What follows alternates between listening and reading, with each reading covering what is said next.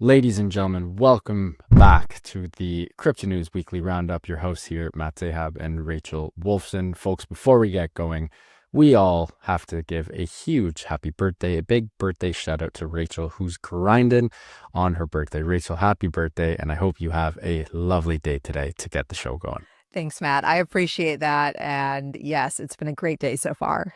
I love it. Folks, let's jump into it. Last couple of weeks, Rachel and I, the one big theme, we've been praying for some green across the board, praying to the crypto gods, and they continue to answer our prayers. We absolutely love to see it.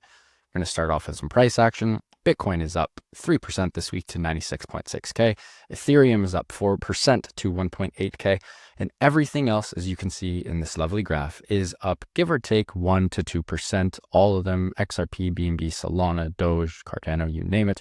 Again, another great week. And we've needed some ETFs inflows.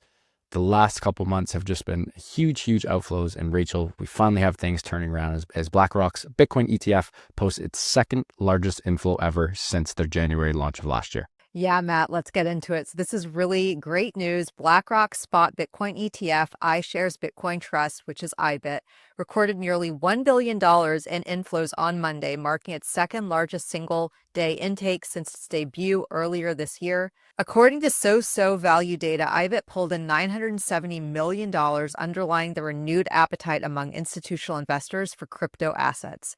The surge comes amid a broader recovery in Bitcoin markets. Investors have steadily been returning to Bitcoin-linked products by signs of resilience in the asset despite volatility in equities. Yeah, we really needed that, and it's great to see that. The Trumps are back in the news. We actually had a couple pieces of Trump news this week as the show continues.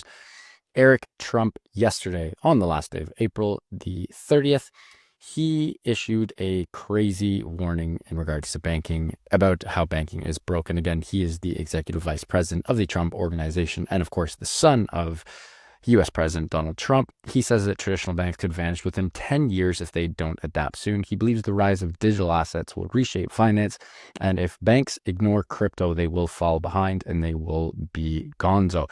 This was an exclusive interview with CNBC as he described the modern financial system as broken, slow, and expensive, called it an absolute disaster, and pointed out how it often takes days to move money from one country to another. And he says crypto adoption is the way to level the financial playing field. Great stuff from Eric, and we absolutely love to see that.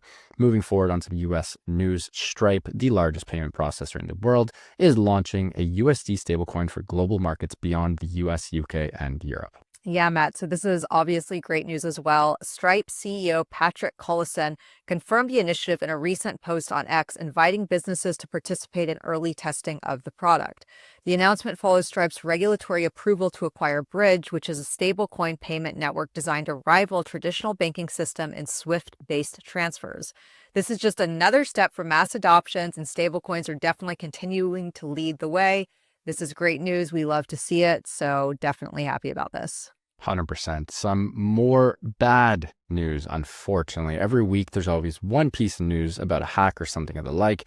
This week, we had $330 million of Bitcoin that was laundered through Monero and XMR, which was, again, the native currency of Monero, which hasn't come across my mind in months, if not years, is finally back in the news again. A suspected thief snagged 3,520 Bitcoin valued at 330 mil, which again triggered a sharp rally in Monero. He laundered the funds through multiple instant exchanges. And of course, this incident was flagged by one of the goats in all of crypto, and that is blockchain investigator Zach XBT. 6 exchanges this dude swiftly laundered funds across, converting large amounts of Bitcoin into Monero. And this caused XMR's price to surge by 50%, reaching highs of 329, which is a level unseen in years. That's, again, a bit of a rough spot with Monero, as it's really only used for extreme privacy and laundering money. Speaking of crazy money, Tether verifies 7.7 tons of gold, which is insane. And that caused XAUT to surge to a $770 million market cap. Rachel, what a story this was. Yeah, so Tether published its first official attestation for Tether Gold, which is XAUT, for the first quarter of this year, confirming that every token in circulation is fully backed by physical gold. As of April 28th of this year, the company reported that more than 7.7 tons of gold, which is equivalent to 246,523 troy ounces, are securely backing the tokens. Paulo Ardonio, CEO of Tether, commented on the release, stating, "With XAUT, we're offering users the ability to access the security of physical gold in a digital form, which is secure, easily transferable, and backed one by fully held gold reserves." That's pretty cool. Yeah, that's absolutely wild. Again, Tether and Paolo making moves as always. Moving forward, Michael Saylor back in the news again on April 28th. Strategy, I still don't know why it's called Strategy. I think MicroStrategy was way better, but c'est la vie. Strategy had a filing with the SEC where they showed that they purchased 15,355 Bitcoin valued at $92,737 each for a cumulative total of 1.42 billion. Saylor with another big bang purchase. This now lifts the total holdings to a whopping, Rachel, 553,000 Bitcoin. Absolutely insane, which is valued at nearly $38 billion. Again, absolutely wild stuff from Saylor. Another week, another Bitcoin buy, never changes. More Bitcoin in the news this week as sustainable energy used for Bitcoin mining rises to a high of 52%. Yeah, so a new study from Cambridge University shows that a sustainable energy now powers 52.4% of Bitcoin mining, which is a significant increase from 37.6%, which was reported in 2022. The findings were published Monday by the Cambridge Center for Alternative Finance through its Digital Mining Industry Report. According to the report, 42.6% of Bitcoin's mining sustainable energy comes from renewables like wind and hydropower, while 9.8% is sourced from nuclear energy. This is great news. Definitely happy to see this. Yeah, well said. Probably the weirdest piece of news this week, Rachel. David Sachs, the Winklevoss twins, co-founded an exclusive executive branch club with a $500,000 entry price. Again, this was by Donald Trump Jr., David Sachs, Gemini co-founders, the Winklevoss twins, $500K for a membership in a huge growing waitlist already. This is located in Washington's Georgetown historic neighborhood, and the club is set to open within weeks. Its launch party on Saturday reportedly drew cabinet officials, tech founders, wealthy investors, crypto whales, signaling its ambitions to blend political influence, crypto leadership, and business networking under one roof. To me, this seems just like insider trading 101 with all these big dogs and just high influence people under one roof. I don't see how this doesn't end up in an absolute shit show. But again, who knows what's going to happen, but pretty darn weird. And if you did have the money and you did have a huge company, you'd probably want to be a part of this.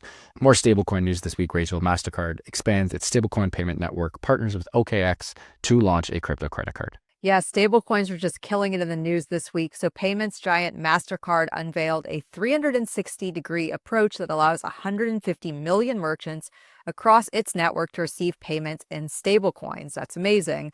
MasterCard announced its partnership with payment processor Nuevi and stablecoin issuers Circle and Paxos to enable a seamless payment ecosystem.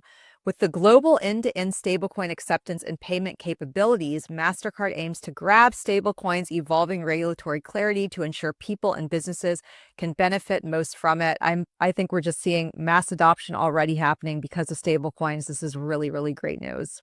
100%. Speaking of mass adoption, Libre and Ton Foundation set to tokenize $500 million in Telegram bonds. Huge news here. Libre is an on-chain infrastructure for regulated RWAs. And of course, the Ton Foundation, which is the NPO supporting the open network blockchain, has launched a tokenized Telegram blockchain fund for $500 million of Telegram bonds.